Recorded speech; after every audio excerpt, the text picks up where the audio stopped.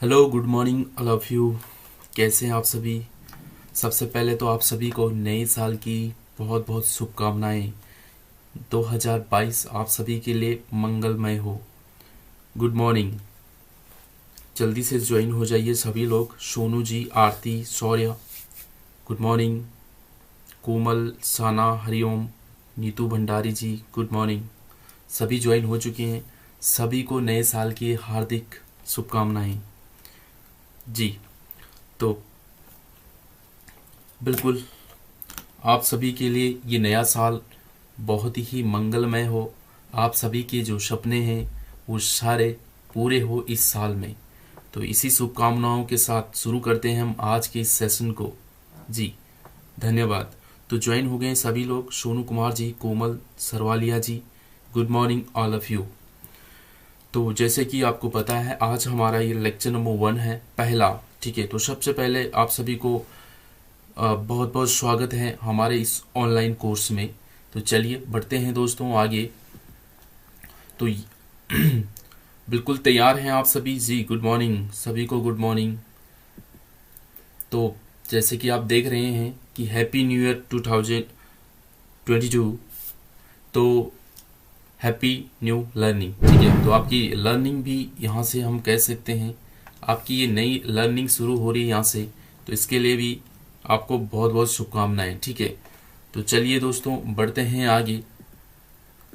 आप सभी को पता है आज हमारा ये पहला लेक्चर होने वाला है, और जो हमारा मेन जो फोकस्ड है, ये टारगेट जो है वो हमारी अजय रावत जी की बुक को है। ठीक है, ये आप सामने देख रहे हैं अजय रावत जी की ये बुक है, और यहाँ पर इनके जो इस बुक में जो टॉपिक हैं वो आप देख रहे हैं। उत्तराखंड एक परिचय पहला टॉपिक है, इसमें पहला चैप्टर है। फिर उसके बाद है कुमाऊं का चंद राजवंश, फिर गढ़वाल का परमार राजवंश, गोरखा शासन, ब्रिटिश प्रशासनिक व्यवस्था, ये गढ़नरेश, ब्रिटिश गढ़वाल, तराई भाबर का इतिहास और स्वतंत्रता संग्राम में उत्तराखंड की भूमिका। जैसे कि आप सभी ने देखा भी होगा, इसमें अगर आपके पास ये बुक है तो ठीक है, अगर नहीं भी है तो भी आपको परेशान होने की जरूरत नहीं है। हम इतना कंटेंट आपको इसमें प्रोवाइड करवाएंगे इस स्लाइड में, लेक्चर में, कि जितना इस बुक में है भी नहीं। ठीक है, मतलब जैसे कि ये परिचय में इन्होंने जो है यहाँ पर कुनिंद शब्द दे रखा है, हम इसमें एडिशनल ऐड करते हुए चलेंगे। ठीक है जी, चलते हैं आगे बढ़ते हैं। आज के लिए ये वीडियो सभी को मिल रही है। ठीक है, बाकी कल से जो हमारी क्लास होगी वो हमारे एप्लीकेशन में ही होगी। ठीक है, चले, मैं तो सेम ही रहेगा, क्लास स्लाइड सब कुछ सेम रहेगा, बट आपको कल से लिंक ग्रुप में नहीं मिलेगा, बल्कि आपको एप्लीकेशन में जाना पड़ेगा, वो सब कुछ आपको बताया जाएगा। ठीक है, तो चलिए दोस्तों बढ़ते हैं आगे। तो हमारा ये आज क्लास 1 है। ठीक है, उत्तराखंड के इतिहास के स्रोत हम जानेंगे। देखिए, जब हम कोई चीज शुरू करते हैं तो हमें पहले उसके बारे में ये तो पता होना ये आया कहाँ से है। ठीक है, सेम चीज हम उत्तराखंड का इतिहास पढ़ रहे हैं तो पहली चीज हमारा ये बनता है कि हमें ये पता होना चाहिए कि इसका सोर्स क्या था। हमारा जो उत्तराखंड का इतिहास बना कहाँ से है, इसका सोर्स हमें सबसे पहले जानना होगा। तो तैयार हैं आप सभी? एक बार मुझे थम्स अप करके बता दीजिए सभी लोग जी। सोनू जी, आरती, शौर्य, तैयार हैं आप सभी?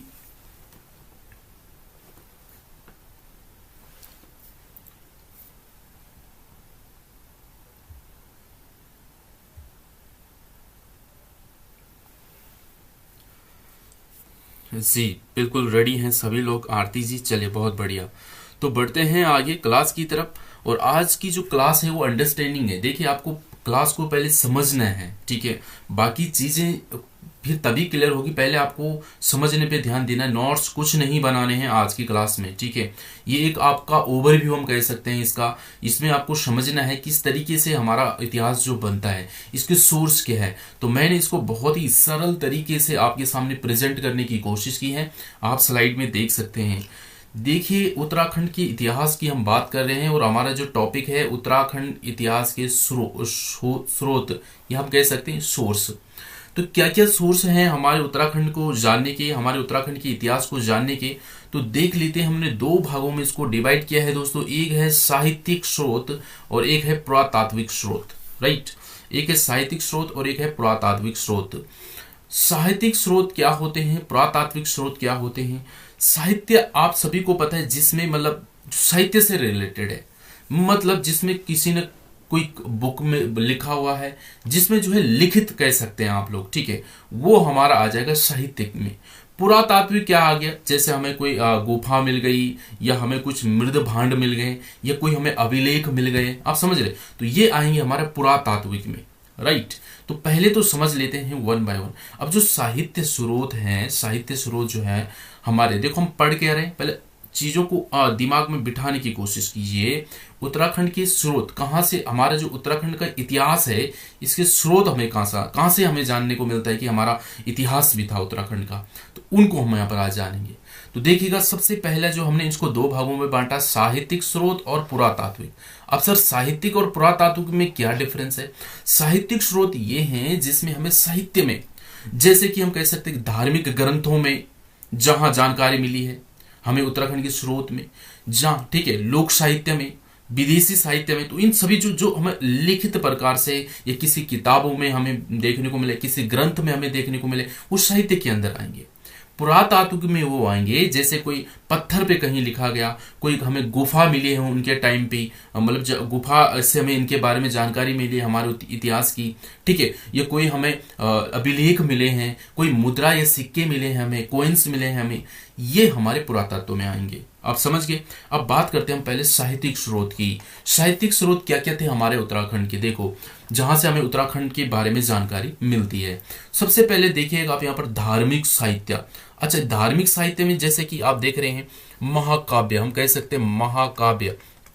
महाकाव्य में जैसे कि आप सभी को पता है कि महाभारत में जो है, महाभारत में हमारे उत्तराखंड का वर्णन है। तो हमारे उत्तराखंड के बारे में हमें हमारे उत्तराखंड के इतिहास को जानने का एक सोर्स हमारा, आप कह सकते हैं महाभारत था, या आप कह सकते हैं रामायण भी था, ठीक है। तो ये हमारे महाकाव्य के अंदर, तो इसको हमने धार्मिक साहित्य के अंदर रख दिया। इसके अलावा जो है ब्राह्मण साहित्य, ठीक है, ब्राह्मण साहित्य जैसे उपनिषद आगे हमारे, वेदाज आगे हमारे, तो वेदों में भी हमारे उत्तराखंड का वर्णन है, ठीक है ना। और जैसे कि मैंने कहा उपनिषद हो गया हमारा, इन सभी में। इसके अलावा पाली साहित्य, ठीक है, जो पाली साहित्य था उसमें भी जो है हमारा उत्तराखंड का वर्णन हमें मिलता है, वहां से भी हमें हमारे उत्तराखंड की जानकारी मिलती है, ठीक होगी बात। चलिए, इसके अलावा धर्म निरपेक्ष साहित्य, धर्म निरपेक्ष साहित्य या आप कह सकते हैं गैर धार्मिक साहित्य। गैर धार्मिक साहित्य जैसे कि अष्टाध्यायी, ये किसी की रचना है, जैसे कि अष्टाध्यायी, आप सभी मुझे कमेंट करके बताएंगे अष्टाध्यायी किसकी रचना है, जल्दी बताओ। अष्टाध्यायी जो है ये किसकी रचना है दोस्तों, जल्दी मुझे कमेंट करके बताइए। राजतरंगिणी किसकी रचना है ये आप मुझे बताएंगे, और कालिदास जी की कुछ रचनाएं मुझे आप बताएंगे कमेंट करके, जल्दी जल्दी बताओ। चलिए, शौर्य जी, प्रगति भाटिया जी, नीतू जी, आलोक सिंह कैंतुरा जी, कोमल, प्रियंका जुयाल जी, गुड मॉर्निंग। चलिए फटाफट से करें। पाणिनि बता रहे हैं सोनू जी, बिल्कुल ठीक है। अष्टाध्यायी किसकी है भाई, पाणिनि जी की है, ठीक है, पाणिनि जी की जो है यहाँ पर हमें इनके इसमें भी जो है हमें उत्तराखंड के इतिहास के बारे में थोड़ा बहुत जानकारी मिलती है। कालिदास की जैसे आपको पता, विज्ञान शाकुंतलन है इनकी, है ना, मेघदूत है इनकी, कालिदास जी की, तो वहां पर जो इन पे भी जो है हमें हमारे उत्तराखंड के बारे में जानकारी मिलती है, ठीक है। राजतरंगिणी आप सभी को पता है, कलहड़ जी की, ठीक है, इसमें भी हमें जो है ये सब हमने आगे जानने हैं अभी, ठीक है। ऐसा नहीं कि मैं यहीं पर इनको खत्म कर रहा हूं, हम जान रहे हैं सोर्स कहां से मिले। अब जब राजतरंगिणी, कल्हड़ की जो राजतरंगिणी थी, वहां पर जो हमें जो कश्मीर में जो है कार्त्याक वंश जो है उसके बारे में हम वहां पर जानेंगे अच्छे से, ठीक है। तो यहां से भी हमें हमारे उत्तराखंड के बारे में जानकारी मिलती है, ठीक होगी बात। जागर जो है हमारे, जागर भड़े, ये जो नृत्य है, ये लोक साहित्य के जो लोक साहित्य जो है इनसे भी हमारे उत्तराखंड की जानकारी मिलती है। विदेशी साहित्य से भी हमारे उत्तराखंड की हमें जानकारी मिलती है, जैसे कि आप सभी को पता है हेनसांग जब उत्तराखंड आया था, ठीक है, तो इसने क्या क्या हमारे इस उत्तराखंड को कहा था, ये आप सभी को पता है, ठीक है। तो वो भी हम आगे अभी सारे कुछ जानेंगे, ठीक है। तो ये विदेशी हो गया ना, मतलब कोई बाहर से आया है हमारे उत्तराखंड में, तो उसने अपने जो यात्रा वृत्तांत क्या होता है, जब कोई किसी यात्रा पर जाता है तो उसका वो क्या करता है, वर्णन करता है अपनी किसी किताब में, ठीक ठीक है, तो वो यात्रा वृत्तांत होता है। तो ये हीनसांग जो था ये भी हमारे उत्तराखंड में आया था। तो ये एक विदेशी है, तो इसके भी द्वारा जो लिखित जो इसके द्वारा जो कोई रचना है उस पर भी हमारे उत्तराखंड की जानकारी हमें मिलती है। तो ये हम विदेशी साहित्य के अंतर्गत इसको जानेंगे। यूरोपीय यात्री भी बहुत सारे आए हैं, हम आगे जानेंगे। उनके भी कहीं ना कहीं जब यहाँ पर आएंगे तो उन्होंने भी जो है हमारे उत्तराखंड की चर्चा की है, जिससे हमारे उत्तराखंड को हमें उत्तराखंड के बारे में हमें जानकारी मिलती है। अब आपको जब आप देखिएगा क्वेश्चन कैसे बनते हैं, आप देखो मेंस लिखने जा रहे हैं आप, पीसीएस का मेंस में आपके पास क्वेश्चन आता है कि उत्तराखंड के इतिहास को जानने के क्या क्या स्रोत थे, 250 शब्दों में वर्णन कीजिए। तो क्या लिखोगे आप वहां पर? तब अगर आप इस तरीके से वहां पर चार्ट को रिप्रेजेंट करते हैं ना, तो एग्जामिनर को मजा आ जाएगा देख के कि हमारे उत्तराखंड को जानने के क्या क्या सोर्स हैं, क्या क्या इतिहास को जानने के क्या क्या स्रोत हैं। तो इस तरीके से आप वहां पर चार्ट में उनको एक्सप्रेस करेंगे चीजों को, तो बहुत अच्छा इंप्रेशन जाता है एग्जामिनर को, है ना। क्योंकि आपको पता है वहां पर तो रिटर्न के मार्क्स मिलेंगे, मेंस की बात कर रहा हूं, राइट। तो ये चीजें, इतने सारे सोर्सेस हैं हमारे उत्तराखंड के इतिहास को जानने के, ठीक है। तो इस तरीके से हमने इसको डिवाइड किया है। ये थे हमारे साहित्यिक स्रोत, ठीक हो गया। अब हम बात करते हैं यहाँ पर पुरातात्विक स्रोत। अब पुरातात्विक स्रोत क्या होते हैं? जैसे कि मैंने कहा है, अब देखो पुरातात्विक स्रोत को हमने पहले तीन भागों में हम इसको बांट कर पढ़ेंगे। 3 भागों में, जैसे कि हमारा इतिहास जो है प्राग ऐतिहासिक और आदि ऐतिहासिक और ऐतिहासिक काल में हम इसको डिवाइड करते हैं इतिहास को। सर ये कैसे होता है, इसको थोड़ा समझा दीजिए। ये है हमारा इतिहास, ठीक है। हम इतिहास को जब पढ़ते हैं तो इतिहास को हम 3 कालखंडों में डिवाइड करते हैं। एक होता है दोस्तों प्राग ऐतिहासिक काल, एक होता है आद्य ऐतिहासिक काल, और एक होता है ऐतिहासिक काल, यानी कि प्री हिस्टोरिक पीरियड और प्रोटो हिस्टोरिक और हिस्टोरिक कल, ठीक है। तो ये 3 भागों में हम इतिहास को जानते हैं। अच्छा, इसमें ये क्या, ये टाइम पीरियड के हिसाब से डिवाइड किया गया होता है। अच्छा, प्रागैतिहासिक काल में क्या होता है? देखो, जब प्रागैतिहासिक काल था उस समय मनुष्य का जो है नया जो है धरती पर आया, यानी कि मानव का विकास हो रहा है यहाँ पर इस टाइम में, समझ रहे हो। मान लो मैं आपको क्या, अगर आपकी एज मान लो 20 साल है, तो मैं आपको डिवाइड कर रहा हूं, डिवाइड कर सकता हूं मैं आपको इस तरीके से 3, 7 और 10, 3, 7 और 10 मैं इस तरीके से आपको डिवाइड कर सकता हूं। मतलब यानी कि 3 साल की बात करूंगा जब आप बहुत छोटे थे, जब आप इस धरती पर आए, इस दुनिया में जब आए, तो उस समय में इन 3 सालों का वर्णन एक अलग से तरीके से करूंगा कि जब आप आए उस समय आपको बोलना नहीं आता था, आप बहुत ज्यादा रोते थे, है ना। दिन में बिल्कुल भी, दिन में सोए रहते, रात को बहुत रोते थे, मम्मी को परेशान करते थे, मोहल्ले को भी करते थे, बहुत सारी चीजें हो सकती है। तो वो मैं यहाँ पर रखूंगा। फिर अगले जो 7 साल आपके कैसे बीते, उस साल में आप में क्या बदलाव आए, आप थोड़े बड़े हो गए थे, आप बोलने लग गए थे, चलना फिरना भी शुरू कर लिया था आपने।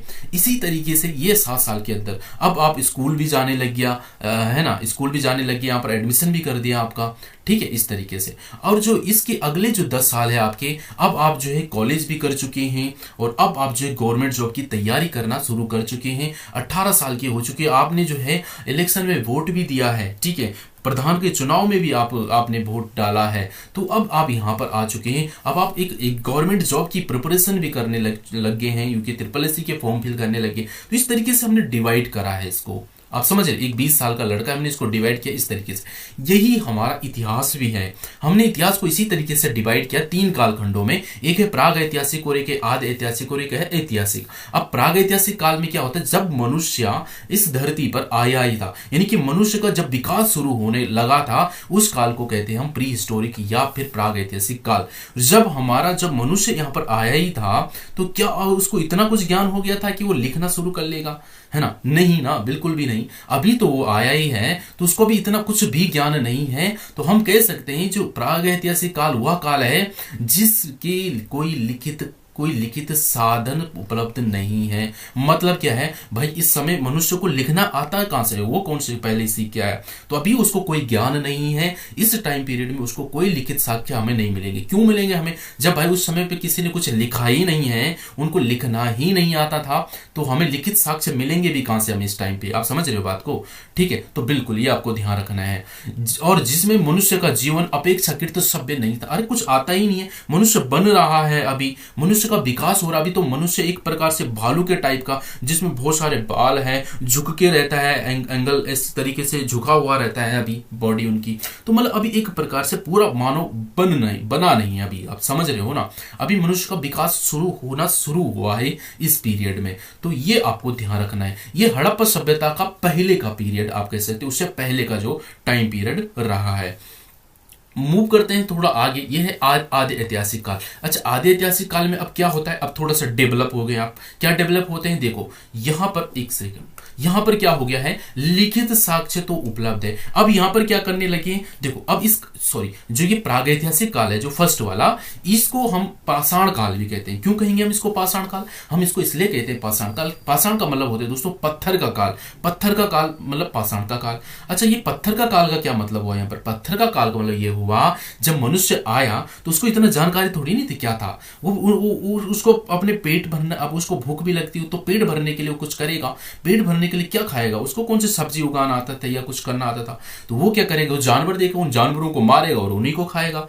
दैट, और मार गया किस चीज से, तो उसको कुछ ना कुछ तो उसका बनना है ना, दिमाग कुछ तो कुछ आएगा। तो वो पत्थरों का प्रयोग करने लगे। सबसे पहले ज्यादा है क्या धरती पर, है क्या, मिट्टी और पत्थर। तो मिट्टी से वो क्या कर पाते, है ना, तो पत्थरों का वो प्रयोग करने लग गए थे। पत्थरों से वो ऐसे नुकीले नुकीले हथियार बनाने लग गए थे, और जिससे वो उन्हीं पत्थरों से क्या करते थे, वो कुछ शिकार करते थे और उन्हीं शिकार को खाते थे।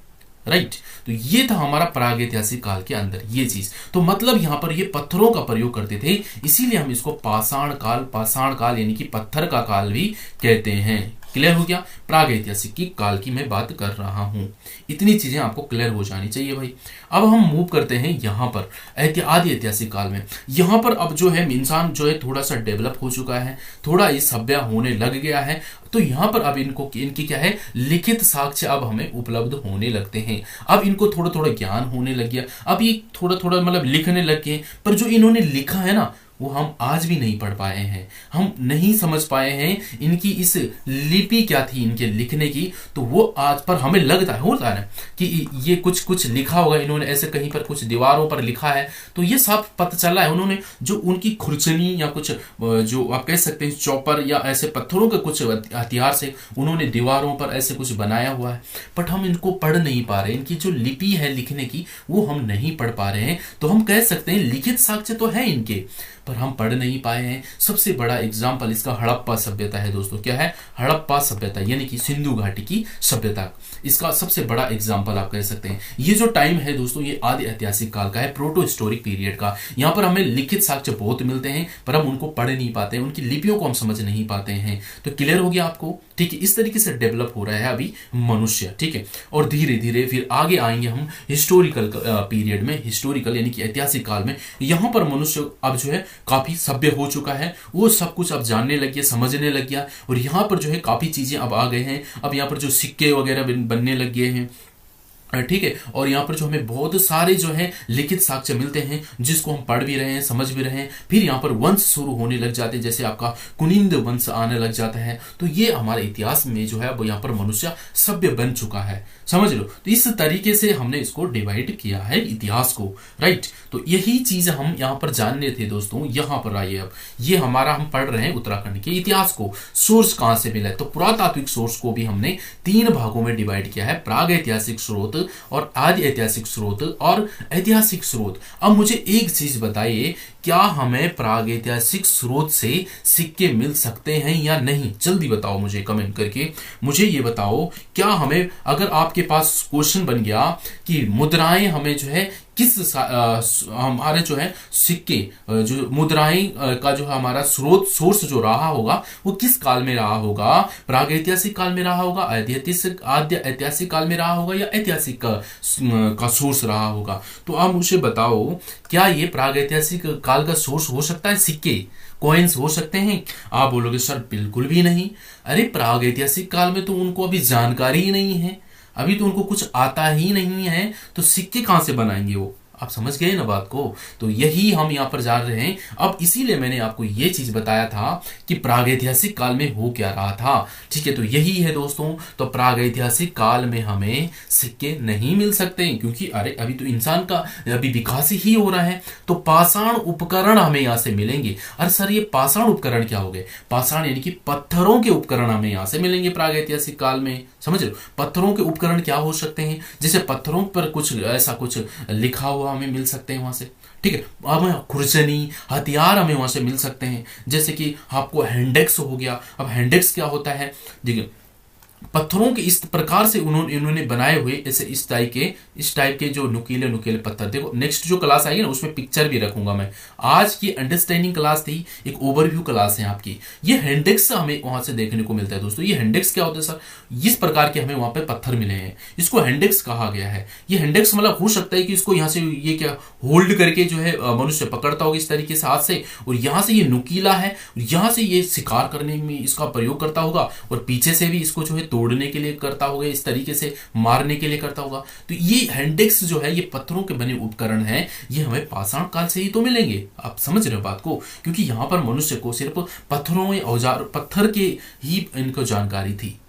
उडियार हमें मिले भाई जब ये भागने लग गए थे, रहने लग गए थे कहीं कहीं पर छुपने। मतलब आप फॉर एग्जांपल देखो उस समय इनको इतना जानकारी नहीं थी कि भाई कि हम अपने लिए मतलब हमें ठंडा हो रहा है या गर्म हो रहा है या कुछ ऐसा हो रहा है, इनको इतना नहीं। देखो ये क्या करते थे, या बारिश हो सकता है ये उड्यार मतलब समझ रहे हैं ना, गुफाएं गुफा के अंदर ये उस समय गुफा भी इन्हीं के काल का ही है। क्यों है? देखो जब मान लो कि इस समय इंसान आया, ठीक है, अब इसको ये क्या करता है जानवरों से बचने, कुछ जो ऐसे जानवर भी तो रहे होंगे ना उस टाइम पे जिनसे इनको डर था, तो हो सकता है इन जानवरों से बचने के लिए कहीं पर इन्होंने क्या है पत्थरों को तोड़ कर, ये पत्थर ये बड़ा पत्थर है, इस पत्थर को तोड़ कर इन्होंने अपने लिए क्या बना दी, इधर इसके अंदर गुफा बना दी। ठीक है, तो ऐसा कहा जाता है, ऐसा हो सकता है। ठीक है, और हो सकता है इसलिए इन्होंने इसको तोड़ कर गुफाएं बनाई होगी, उडियार बनाई होंगे, क्योंकि हो सकता है कि बारिश से बचने के लिए, बहुत ज्यादा बारिश होगी तो उसको थोड़ा बचने के लिए वो कहीं चले, यहाँ उनको लगा होगा कि अगर ये बारिश हो रही है तो हम इसके अंदर चले जाते हैं, ऐसा कुछ हो सकता है, या जानवरों से बचने के लिए। तो उडियार भी जो है हमें देखने को मिलेंगे प्राग ऐतिहासिक स्रोत ही है। ठीक है, जो भी हमें पाषाण उपकरण मिले हैं ये प्राग ऐतिहासिक सोर्स ही हैं। समझ रहे हैं बात को? ये हो गया। अब हम थोड़ा आगे बढ़ेंगे, हम बात करेंगे अब आदि ऐतिहासिक सोर्स। आदि ऐतिहासिक काल के सोर्स क्या है? ठीक है, आदि ऐतिहासिक जो काल के सोर्स हमें मिले हैं, मृद भांड हो गए, शवागार हो गए, ताम्र मानवाकृति हो गई। शवागार आपको पता है इस टाइम ये वही टाइम है, मैंने आपको बताया ना अभी यहाँ पर हड़प्पा सभ्यता वाला टाइम। यहाँ पर जो है लिखित साक्ष्य भी हमें मिलने लगे पर हम पढ़ नहीं पाए। मृद भांड हमें मिल रहे हैं।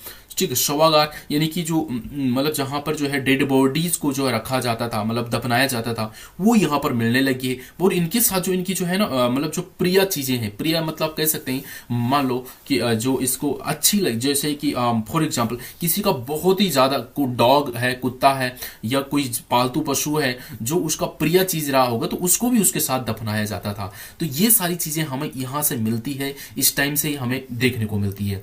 ठीक है, तो ये ताम्र मानव आकृतियां भी मिली है। ठीक है, मतलब तांबे की मानव की आकृतियां बनी हुई ऐसे भी हमें जो है इस काल से देखने को मिलती है, आदि ऐतिहासिक काल में। और ऐतिहासिक काल तो आप सभी को बहुत अच्छे से पता है। यहाँ पर तो अभिलेख आ गए हैं, अशोक अभिलेख है, मुद्राएं हमें मिली है, सिक्के मिल रहे हैं, स्मारक बनी। यहाँ पर तो इंसान पूरा सभ्य हो चुका है, यहाँ पर तो उसको पूरी जानकारी हो चुकी है। इसके अंदर हम पुणिंद पढ़ेंगे, चंद पढ़ेंगे, ये सब हम पढ़ते हैं पूरा ऐतिहासिक वाला, राइट। तो यहाँ पर तो बहुत ज्यादा अब सभ्य हो चुका है इंसान। तो इस तरीके से हमने डिवाइड किया। तो ये है हमारे सोर्स जानने के। अब आपको ये पूछा जाएगा कि बताओ भाई कि हैंडेक्स हो गया, ये खुरचनी हो गया, ये किस काल के स्रोत है या सोर्स है?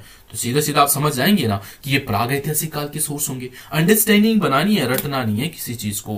देखिए कॉमन चीज है भाई, आप इसको अंडरस्टैंडिंग से समझ के आप आंसर करेंगे कि शवागार कहां पर हो सकते हैं। क्या शवागार इतने पहले ही उनको पता लग गया था कि हमें दफनाना चाहिए किसी को? नहीं ना, उस समय तो ये पता नहीं कोई कहीं पर मर जाता तो उनको इतना भी ज्ञान नहीं था कि इसको हम कहीं पर रख जाएं, इसको जलाएं, ये क्या करें उसका। नहीं, कोई खत्म है तो उसको पता नहीं, या कहीं गंगा के किनारे फेंक देते थे, इस तरीके से होता था।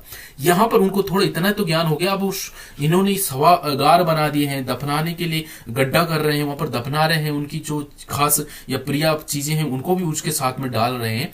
इतना ज्ञान अब इनको हो गया है। तो इस तरीके से आप अपनी अंडरस्टैंडिंग को तैयार कर सकते हैं। इतनी चीजें आपको क्लियर हो गई हैं सभी को, ठीक है। चलिए भाई यहां तक मुझे बताएं, फिर हम आगे बढ़ते हैं। साना परवीन जी, सोनू कुमार जी, प्रियंका जुयाल जी, नीतू भंडारी जी, शंकर इंदिरा सिंह जी, बताइए क्लियर है सभी को? यहां तक चीजें समझ आई हैं आपको? ये मैं आपको बार बार कह रहा हूं, ये क्लास ओवरव्यू है और आपको इसको समझना है। सोनू जी को ब्लर आ रहा है तो आप एक बार पीछे जाए, बैक करिए, फिर आइए, क्योंकि आपका इंटरनेट इशू हो सकता है, ठीक है जी। क्लियर है सभी को? चलिए बहुत अच्छा। अब थोड़ा सा हम और आगे बढ़ते हैं। चलिए हरीश सिंह जी बहुत बढ़िया, आरती जी गुड। चलिए थोड़ा सा और आगे बढ़ते हैं। इतनी चीजें आपको डन हो गई हैं।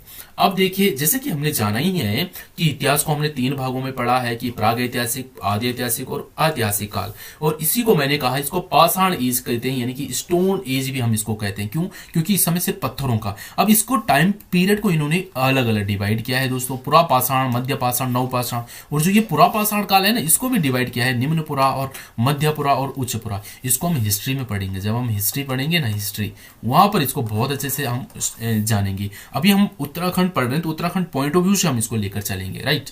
चलिए तो ये हो गया। अब हम थोड़ा सा और आगे बढ़ते हैं, ठीक है। चलिए तो जो हमने जाने, अब हम थोड़ा इनको डीपली जानेंगे। डीपली जानेंगे कैसे? देखो यहां पर आई, चार्ट पे आई दोबारा से। हमने क्या पढ़ा? हम बात करें उत्तराखंड के सोर्स के, यानी कि उत्तराखंड इतिहास के जानने के क्या क्या सोर्स है हमारे पास। तो सॉरी, हमने बात की है साहित्यिक स्रोत और पुरातात्विक। चलिए हम साहित्यिक के बारे में जानते हैं, ये हमने सब जान लिया यहाँ पर अच्छे से। अब हम इनको थोड़ा समझते हुए और डिटेल में चलते हैं। तो चलिए भाई जानते हैं हमारे उत्तराखंड के इतिहास को जानने के साहित्यिक स्रोत। देखो दोस्तों, ऋग्वेद, जैसे कि मैंने अब इस चार्ट है ना, ये चार्ट को अपने दिमाग में सेट कर लो पहले। तो ये चार्ट जो हमने यहाँ पर बनाया है ना, इस चार्ट को दिमाग में सेट कर लीजिए कि हम क्या पढ़ रहे हैं साहित्यिक स्रोत में। तो साहित्यिक स्रोत क्या क्या हो सकते हैं? धार्मिक साहित्य हो सकते हैं, धर्मनिरपेक्ष वाले हो सकते हैं, यानी कि गैर साहित्य, गैर धार्मिक साहित्य, लोक साहित्य हो सकता है, विदेशी साहित्य हो सकते हैं। तो ये अब मैं इनको थोड़ा एक्सप्लेन कर रहा हूं, आपको समझ रहे हैं कि कैसे कैसे मिले और हमें क्या क्या चीजें मिली। देखो जैसे ऋग्वेद हो गया, ठीक है, धार्मिक जो स्रोत है हमारा, साहित्यिक स्रोत की हम बात करें, जिसमें हमें क्या मिला? जैसे खस जाति, किरात जाति, नाग जाति, कुलिंद जाति, इन सब का हमें उल्लेख मिलता है, ठीक है। क्या क्या मिलता? इनसे हमारा ये हमारे यहाँ पर जो है ये कुछ जातियां भी थी, इनके बारे में हमें जो है हमारे इतिहास है तो इसके बारे में हमें जानकारी मिलती है ऋग्वेद में। खस आर्यों में से एक माने जाते थे। कहां से पता चल रहा है हमें? इन्हीं से पता है, ऋग्वेद से हमें पता चल रहा है, ठीक है। महाभारत के भी हमने देखा है, महाभारत में जो है आदि पर्व या दिग्विजय पर्व या इन पर्व, ये भी हमारे सोर्स रहे हैं जहां पर हमारे उत्तराखंड के बारे में डिस्कस किया गया है। स्कंद पुराण हो गया दोस्तों, स्कंद पुराण में आप सभी को ही पता है कि हमारे उत्तराखंड का विवरण पूरी तरह से मिलता है, जिसमें हमारे उत्तराखंड में जो गढ़वाल वाला क्षेत्र है और कुमाऊं वाला क्षेत्र है, इसको अलग अलग नाम दिया गया है। गढ़वाल को इन्होंने केदारखंड और कुमाऊं को मानसखंड नाम का उल्लेख मिलता है। कहाँ? स्कंद पुराण में। तो ये भी हमारे उत्तराखंड को जानने के सोर्स है, हम साहित्य सोर्स जान रहे हैं ना, ये है। पाली ग्रंथों में हमारे उत्तराखंड को हिमवंता कहा गया। ये आपकी यूके SSS का भी कोई लेटेस्ट एग्जाम में पूछा गया क्वेश्चन है, ठीक है। तो फैक्ट बनते हमने समझते हुए चलना है, राइट। तो देखिए पाली ग्रंथों में हमारे उत्तराखंड को हिमवंत भी कहा गया है। तो ये अभी हम सोर्स, अभी मैं डिटेल से पढ़ा नहीं रहा हूं, मतलब हम एक अंडरस्टैंडिंग बना रहे हैं कि कहां से हमें हमारे उत्तराखंड के बारे में जानकारी मिल रही है, ठीक है। तो ये है हमारे कुछ सोर्स। देखो अशोकावदान में जो है वर्णित शाणवासी भिक्षु का निवास स्थान उरुमुंट पर्वत, जो कि चंडी पर्वत यानी कि हरिद्वार कनखल के आसपास में है। तो मतलब ये हमारे कुछ सोर्सेस रहे हैं। इसके अलावा देखो प्राचीन काल में ऋषिकेश को कुब्जा वर्ग के रूप में नाम से जाना गया है। तो ऐसा हमें देखने को मिला है। देवी चंद्रम गुप्तम, या आप कह सकते हैं हर्षचरित हो गया, या काव्य मीमांसा हो गया, ये आदि ग्रंथों में भी जो है देखो कार्तिकेयपुर के खस राजा द्वारा समुद्रगुप्त के ज्येष्ठ पुत्र रामगुप्त पर आक्रमण का वर्णन मिलता है। तो भाई ये कहीं ना कहीं हमारे उत्तराखंड से है कि नहीं है कार्तिकेयपुर? तो मतलब हमें देखो यहां से हम इनसे हर्षचरित्र हो गया, ये काव्य मीमांसा होगी, इनसे भी तो हमें जानकारी मिल रही। काव्य मीमांसा किसकी है? किसकी रचना है काव्य मीमांसा? चंद्रशेखर। किसकी है? चंद्रशेखर जी की, ठीक है। तो यहां से भी तो हमें जानकारी मिल रही है। पंवारों और चंदकालीन ग्रंथों के, जैसे कि आपको अगर आप चंद और परमार पढ़ेंगे ना आगे, ये सब हमने आगे पढ़ने हैं। चंद और परमार पढ़ेंगे तो उसमें आप देखोगे कि मानवोदय काव्य हम देखेंगे, रामायण प्रदीप होगा, कल्याण चंद्रोदयम होगा, स्मृति कौस्तुंभ होगा, सभागार ग्रंथ है, गढ़ राजवंश काव्य है। ये सभी ग्रंथ जो है ना हमें हमारे पंवार वंश और चंद वंश के बारे में हमें जानकारी देते हैं।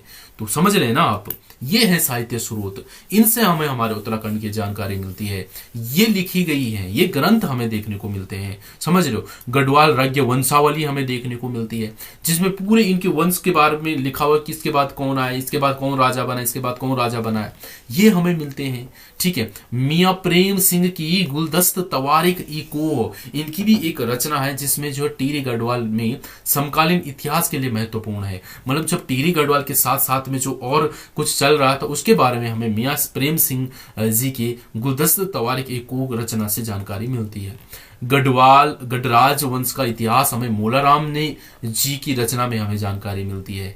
तो आप समझ रहे हैं ना कि ऐसे ही नहीं हम कि उत्तराखंड की मतलब ऐसे नहीं बोल दिया कि भाई उत्तराखंड में ये वंश आया था, ऐसा कुछ हुआ था। ये जो भी जानकारी हमें मिल रही है, हिमवंता किसमें कहा गया, जो भी कुछ है, ऐसे नहीं कह रहा है कोई। ये है सोर्सेज जहां से हमें हमारे उनके इतिहास के बारे में जानकारी मिलती है। राइट, तो ये सारी चीजें हैं भाई, क्लियर है। अब थोड़ा और आगे चलो, देखो प्रचलित अब लोक गाथाएं, क्या क्या लोक गाथाएं थे, क्या क्या लोक गाथाएं। देखो जैसे पवाड़ा हो गए, गाथाएं भी हमें देखने को मिलती हैं, मौखिक जो बोली गई है, किसी के द्वारा किसी को सुनाई गई है। अब फॉर एग्जाम्पल जैसे मैंने आपको एग्जाम्पल दिया था ना, आपको मैंने, आपकी 20 साल की एज है, मैंने डिवाइड किया था ना 3, 7 और 10 में, आपको डिवाइड किया था 3, 7 और 10 में मैंने डिवाइड किया आपकी एज को, है ना। तो जब आप 3 साल के थे तो आपके जो मम्मी की बहन मौसी होगी आपकी, या आपके ताई जी हो गई, तो इनसे आपके बारे में डिस्कशन तो किया गया होगा कहीं पर कि भाई ये बहुत रोता था जब ये छोटा था, बहुत परेशान करता था, दिन में तो सोता था पर रात को सोने नहीं देता था हमें। तो मतलब इस तरीके से बहुत ज्यादा रोना धोना ऐसा, तो ये कहानी बताई जाती थी, एक मौखिक कहानियां जो बताई जाती थी। मैं एक एग्जाम्पल दे रहा हूं, दैट इज सेम एज उस समय की जो प्रचलित लोक गाथाएं रही होगी, वो हमें पवाड़ा हो गया, भड़ौर हो गया, जागर हो गया, इनके तहत हमें जानकारी इनसे मिलती है। राइट, ये चीजें होंगी। आपको पता है कि हेन सांग जो है चीन से आए थे यहाँ पर हमारे उत्तराखंड में, और हमारे उत्तराखंड को उन्होंने अपनी पुस्तक सुयुकी में क्या कहा, शत्रुघ्न नगर कहा है, गोबिसाण कहा है, ब्रह्मपुर कहा है, स्वर्ण गोत्र देश का उल्लेख भी किया है इन्होंने। स्वर्ण गोत्र ये सब हमने आगे जानने हैं कि हेन सांग जब आए तो उसने क्या क्या देखा, सब हम जानेंगे। बट अभी मैं आपको एक ओवरव्यू दे रहा हूं कि हम अभी सोर्स से पढ़ रहे हैं ना, कहां से हमें उत्तराखंड की जानकारी मिलती। तो इनके ये आप कह सकते हैं विदेशी साहित्य के। तो हेन सांग जब आए तो उनकी जो बुक है, पुस्तक है, उसमें उन्होंने उत्तराखंड के लिए अलग अलग जगहों पर के अलग अलग नाम दिया है उन्होंने, गोबिसाण, ब्रह्मपुर, शत्रुघ्न, स्वर्ण गोत्र देश कहा है। ठीक है, ये सब यूरोपीय यात्री जो हमारे इधर आए होंगे, अंतोनियो दे अंद्रादे, ये पढ़ेंगे इतिहास में, मनुची, बर्नियल, फिंच, मूरक्राफ्ट की बहुत जबरदस्त है। ठीक है, ये सब हम जानेंगे मूरक्राफ्ट की, ठीक आदि। इन्होंने अपने यात्रा वृत्तांतों में ऐतिहासिक तथ्य जोड़े हैं। भाई जब ये यात्रा पर आए होंगे हमारे भारत में, तो यहाँ पर उत्तराखंड का भी इन्होंने जिक्र किया था वहां पर, तो इनके यात्रा वृत्तांत में भी हमें हमारे उत्तराखंड के बारे में जानकारी मिलती है। राइट, तो भाई देखो इसको इस तरीके से पढ़िए कि आपको पूरा मतलब लिखित जो आपका मेंस एग्जाम होगा, ठीक है, चाहे आप मेंस की तैयारी कर रहे हैं या नहीं कर रहे, आपको पीसीएस देना है या नहीं देना है, पर आपकी तैयारी ऐसी होनी चाहिए।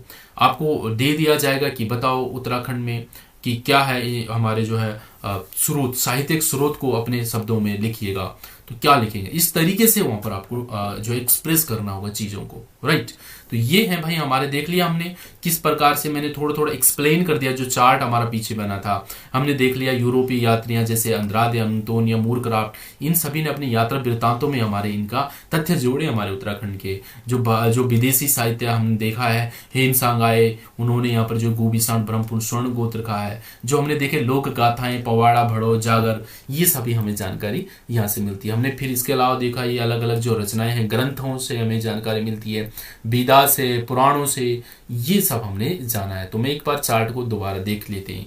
तो ये थे दोस्तों हमारे साहित्यिक स्रोत। जैसे हमने देखा धार्मिक साहित्य में जब हमने थोड़ा बहुत इनके बारे में जान ली है, इनकी रचनाएं हो गई, ये लोक साहित्य हो गई, विदेशी साहित्य हो गए, इस प्रकार से हमने कवर करा इसको। राइट। जी बिल्कुल, ये अभी हमने सबको ज्यादा अच्छे से समझना है, डिटेल से, समझ रहे हो ना। मैं अभी एक ओवरव्यू दे रहा हूं आपको, इतनी चीजें क्लियर होगा। अब हम पुरातात्विक स्रोत के बारे में जानते हैं। अब अभी ध्यान, ये तो हमने क्या जाने, साहित्यिक स्रोत उत्तराखंड की। अब हम पुरातात्विक को थोड़ा और अच्छे से जानते हैं। अब जैसे कि मैंने बताया है कि पुरातात्विक सामग्री को हमने 3 भागों में बांटा है। जैसे प्रागैतिहासिक यानी कि प्री हिस्टोरिकल, प्रोटो और हिस्टोरिकल, 3 भागों में। तो देख लेते हैं इसमें भी क्या क्या क्या है। पाषाणकालीन उपकरण, ठीक है, हस्त कुठार जिसको हैंडेक्स कहा जाता है, छुर, स्क्रैपर, यह छिद्रक आदि, ये कालसी, श्रीनगर, रामगंगा घाटी, यहां से हमें मिलते हैं भाई। तभी तो हमें पता चला है। हस्त कुठार हैंडेक्स मैंने अभी बताया ना आपको पीछे, है ना। हैंडेक्स हो गया। खुरचनी, खुरचनी क्या होती है, खुरचनी, खुरचनी जिससे ये क्या करते थे, मतलब इस प्रकार का होता है, मतलब कोई पत्थर को कुरेदने के लिए या उसको क्या करना है, छिलने के लिए प्रयोग करते थे इस प्रकार के। छुर, है ना, छुर क्या होता था, एक चॉपर है ये एक प्रकार से। चॉपर मतलब इस प्रकार का था, ये इस प्रकार का, ये इस साइड से जो बहुत ही ज्यादा क्या होता था, नुकीला टाइप का, एक इस प्रकार का होता था, ठीक है, ये इस प्रकार का। तो इधर साइड से नुकीला टाइप का होता था, इस प्रकार से हो सकता है। कुछ इनके इस प्रकार के भी बनाए रहते थे पत्थरों का, ये इस प्रकार के, ये जिसको हम ये चाकू भी कह सकते हैं, ये इस प्रकार का, इस प्रकार के पत्थरों का वो प्रयोग करने लगे। तो ये इधर साइड से भी जो है धारदार होता था, इधर साइड, दोनों साइड से धारदार होता था, ठीक है। तो इस प्रकार के चॉपर, चॉपिंग, चॉपर चॉपिंग, ये दोनों आप कह सकते हैं। चॉपर हो गया, चॉपिंग हो गया, तो दोनों साइड से मतलब ये हो गया। इस प्रकार के हथियार इनके होते थे भाई, ठीक है। एक होता था दोस्तों अनी, अनी, अनी क्या होता था, अनी जो है जिससे ये छेद करते थे। ऐसा कोई बनाया रहता होगा बहुत ज्यादा नुकीला टाइप का हो सकता है, ऐसा इस प्रकार के हथियार, है ना, नुकीला टाइप का, जिससे ये छेद करते होंगे। तो ये सारे सारे क्या है, पाषाणकालीन हम कह सकते हैं, पाषाणकालीन उपकरण है ये सारे के सारे, ठीक होगी बात। चलिए, तो ज्यादा डिटेल्स हम आगे जानेंगे, तो बाकी अभी इतना जान लीजिए कि हम सोर्स पढ़ रहे हैं अभी। तो ये हमें कालसी, श्रीनगर, रामगंगा घाटी से प्राप्त हुए। अल्मोड़ा, चमोली आदि जनपदों से कई जगह से हमें शैलाश्रय, प्राचीन मानवों के निवास के प्रमाण मिलते हैं कि वहां पर रहे। तो हमारे जैसे कि आपने उडियार पढ़े हैं ना, लाखों उडियार और गोरखा उडियार, ये सब हम जानेंगे आगे। यहाँ हमें इनके यहाँ पर इनके मनुष्यों के होने के साक्ष्य मिलते हैं कि यहाँ पर ये रहे होंगे कोई ना कोई, तो इनको हम सब जानेंगे अभी, ठीक है। बाकी हमें कुछ उखल यानी कि कप मार्क्स मिले हैं, जैसे ओखली होती है ना, ओखली यानी कि ऐसे ऐसे गड्ढे गड्ढे बनाए हुए ओखली, ओखली जिस पर आप धान कूटते हैं, इस प्रकार के भी हमें चीजें वहां पर देखने को, तो किस पर्पज से ये करते होंगे, है ना, ये सब जानेंगे। इसके अलावा हमें चित्रित धूसर मृद भांड मिले हैं जिसपे चित्रकारी की गई हैं, ऐसी चीजें जैसे पुरोला से टेहरी के पास, इसी क्षेत्रों से हमें मिले हैं। ये भी हम आगे और अच्छे से जानेंगे। सम्राट अशोक का कालसी अभिलेख हमें मिला है, बाड़वाला वाला लेख मिलता है हमें, ये सारी चीज लाखामंडल शिलालेख से, ठीक है। इसके अलावा जल यानी कि नदियों में जो मुद्राओं से हमें क्या जानकारी मिलती भाई, अगर मतलब रहा तो हो सकता है कि पश्चिमोत्तर जो प्रदेश रहे हैं इनके साथ इनका व्यापार का पता चलता है। सिक्कों में व्यापारी से रिलेटेड उनके राजाओं के बारे में कुछ छपा होगा सिक्कों में, तो इससे भी हमें पता चलता है कि ये मतलब व्यापार संबंध का पता चलता है सिक्कों में, जो नदियों में पड़े हुए मुद्राएं सिक्के हैं। बाढ़ वाला वेदिकाएं, है ना, कुनिंद काल में वैदिक यज्ञ परंपरा का पता चलता है। जो कुनिंद काल हम पढ़ेंगे, कुनिंद काल में वहां पर वैदिक यज्ञ परंपराओं का हमें कुछ साक्ष्य मिलते हैं, ठीक है। और गढ़वाल चित्र शैली में पंवार कालीन इतिहास का प्रकाश पड़ता है, मतलब जो गढ़वाल चित्र शैली जो है, गढ़वाल वाले क्षेत्र में जो चित्र शैलियां बनी हुई है वो हमारे पंवार वंश से कहीं ना कहीं रिलेट करती है। तो ये था दोस्तों हमारा आज का सेशन, ठीक है। तो मैं आशा करता हूँ आपको आज का ये सेशन अच्छा लगा होगा। छोटा सा ये सेशन रखा था जिसमें हमने आज सिर्फ और सिर्फ इतना जाना है कि हमारे इतिहास को कैसे हम जान सकते हैं, हमारे इतिहास को जो था हमने इसको किस तरीके से हमने इसको जो है ये सोर्स क्या थे हमारे इतिहास को जानने के। तो मैं आशा करता हूँ चीजें आपको क्लियर हो गई होंगी, ठीक है। तो ये था दोस्तों हमारा आज का सेशन। डन है, सभी को क्लियर है। तो ये चार्ट जो है ना, ये हमने अच्छे से यहाँ पर अच्छे से इसको कवर कर लिया है, ठीक है। अब कल हम आगे इसको अच्छे से और अच्छे से जानेंगे, चीजों को बढ़ाते धीरे धीरे स्टेप बाय स्टेप हम चलेंगे, ठीक है। क्लियर हो गया सभी को? एक बार मुझे थम्स अप करके बताइए, किसी को कोई डाउट है, कुछ पूछना है तो बिल्कुल आप पूछ सकते हैं। और अगर क्लास अच्छा लगा है, सब चीज क्लियर हुआ है, तो आप वो भी मुझे बता दीजिए कि क्लियर था, सारी चीजें कवर हुई नहीं हुई। सॉरी जी, चलिए अच्छा लगा, चलिए ठीक है। हरिओम जी क्लियर है सब, चलिए। सोनू जी हरिओम, हरीश जी ठीक है, मतलब फिर वही बात कर दी ना आप लोगों ने, मतलब पीडीएफ। अब देखो भाई, पीडीएफ जो है ना ये मैंने बनाया है, मेरे शब्द हैं ये, मैंने अपने तरीके से इसको लिखा हुआ है। तो कभी भी जो है ना पीडीएफ ये नोट से पढ़ने की कोशिश ना करें दूसरों के, अपने बनाइए। आपने समझ लिया ना चीजों को, खुद से अब अपना आप नोट्स बनाएंगे। पीडीएफ हम आपको नहीं प्रोवाइड करवाएंगे। वीडियो लेक्चर आपको मिल रहा है, पूरे साल भर तक आप इस वीडियो को देख सकेंगे, तो आप नोट्स तो बना ही सकते हैं ना हरीश जी, है ना।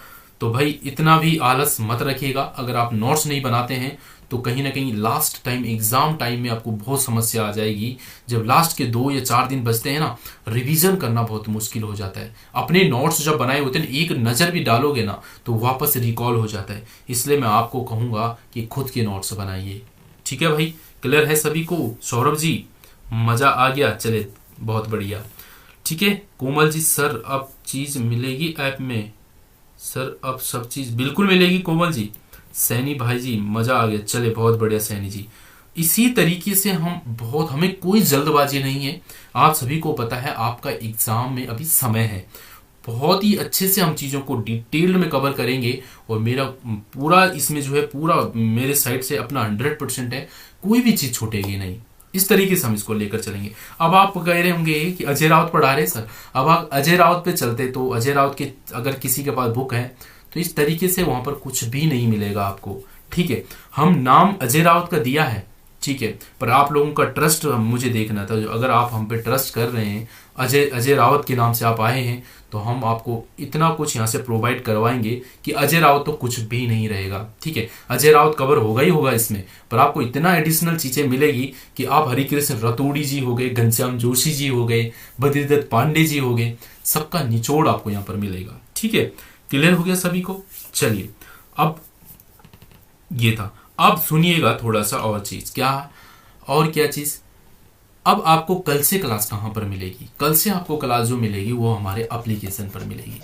ठीक है, तो ध्यान दीजिए भाई, एप्लीकेशन पे आपको क्लास मिलेगी। एप्लीकेशन में जो है कहां पर, तो आपको ये सब कुछ आपके ग्रुप में बताया जाएगा।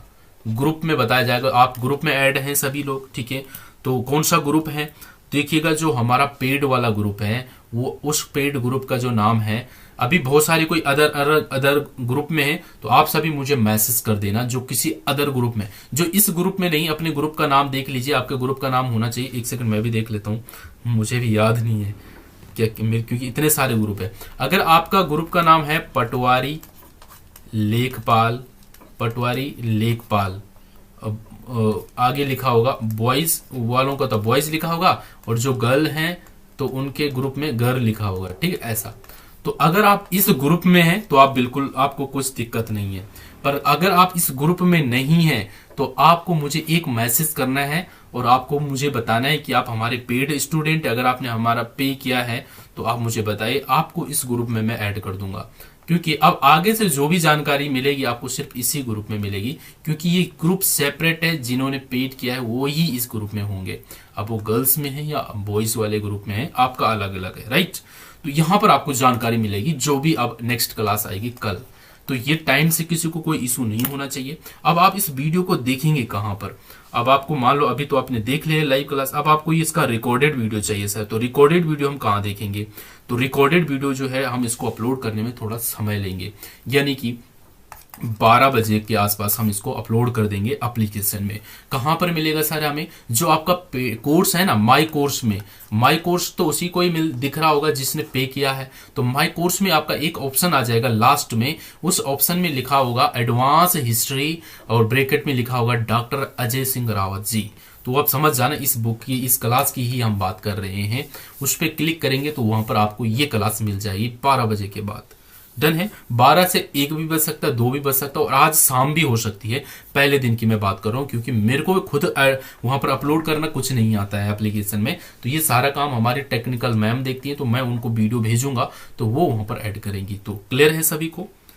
सर ये ग्रुप आप ऐप में होगा या व्हाट्सएप में? ये सोनू जी, ये ग्रुप हमारा व्हाट्सएप में है, ये व्हाट्सएप ग्रुप है, एप्लीकेशन में ऐसा कोई ग्रुप नहीं है। अगर कोई व्हाट्सएप ग्रुप में नहीं भी जुड़ना चाहता है तो कोई जबरदस्ती नहीं है, कोई दिक्कत वाली बात नहीं है। आप लोग ये मत सोचना अगर हम व्हाट्सएप ग्रुप में नहीं तो हमारा बहुत कुछ छूट गया, नहीं, आपको सब कुछ तो एप्लीकेशन में मिलेगा ही मिलेगा। ठीक है, तो आपको ऐसा कोई परेशान होने की जरूरत नहीं। बट ये है कि कभी आपको कुछ पूछना है तो हमें व्हाट्सएप पे मैसेज कर सकते हैं आप लोग, ठीक है। या आप एप्लीकेशन पे भी आपको मैसेज करने का ऑप्शन मिल जाता है, अगर आप वहां पर देखेंगे तो वहां पर भी हम आप लोगों को रिप्लाई दे सकेंगे, राइट। तो सब कुछ डन हो गया सभी को। सौर्य जी कह रहे सर हम ओल्ड स्टूडेंट को कहाँ पता चलेगा। तो भाई ओल्ड स्टूडेंट जो है सौर्य जी, अगर आप इस ग्रुप में नहीं है तो ये क्लास फिर आप लोगों के लिए नहीं है। देखो भाई, अगर आप पटवारी लेखपाल वाले में नहीं है तो फिर तो ये आपके लिए नहीं है क्लास, समझ रहे हैं। तो ये पटवारी लेखपाल वाले जो बैच में है, ग्रुप में है, ये उनके लिए है भाई। तो ओल्ड स्टूडेंट हैं आप, तो अगर आप इतना ओल्ड हैं, अब देखो हमारा जो लक्ष्य बैच ग्रुप था, लक्ष्य बैच 1.0 और 2.0, इसको हमारे 1 साल से भी ज्यादा हो गया था, तो वो ग्रुप हमारा कंप्लीट हो चुका है। अब आप अगर 2.0 से हैं, 1.0 से हैं, तो आपका समय ओवर हो चुका है, ठीक है। तो आप लोगों के लिए ये वाली क्लास नहीं होंगी, समझ गए हैं बात को, ठीक है। तो मैं इसके लिए क्षमा चाहूंगा, क्योंकि आपका समय, आपका जो बैच था वो वहां तक का था, बट कौन से एग्जाम हो अभी वीडियो तक, राइट। तो ये पटवारी लेखपाल वाला जो बैच है भाई, ये इनके लिए फ्री रहेगा, जो हमारे पटवारी लेखपाल वाला है ना। क्लियर है सभी को भाई, डन है। शंकर रंगवाण जी सर जी बिल्कुल शंकर जी, आप मुझे मैसेज कर दीजिए। तो आज का इस सेशन में हम इतना ही रखते हैं। मैं आशा करता हूँ आपको सेशन अच्छा लगा होगा। अपने प्रॉपर तरीके से नोट्स बनाइए, नई साल में नई तरीके से नई चीजों को नई एनर्जी के साथ शुरू हो जाइए, डेफिनेटली आपको सफलता मिलेगी। और नहीं भी मिलेगी तो हम जबरदस्ती सफलता लेंगे इस साल 2022 में, ठीक है। तो बहुत इसी शुभकामनाओं के साथ आज की सेशन को यहीं पर खत्म करते हैं। चलिए मिलते हैं रात को 9:30 बजे आज यूट्यूब पे, ठीक है। चलिए तब तक के लिए आप अपना ध्यान रखिएगा। Thanks for watching, thank you, bye bye, take care, have a great day.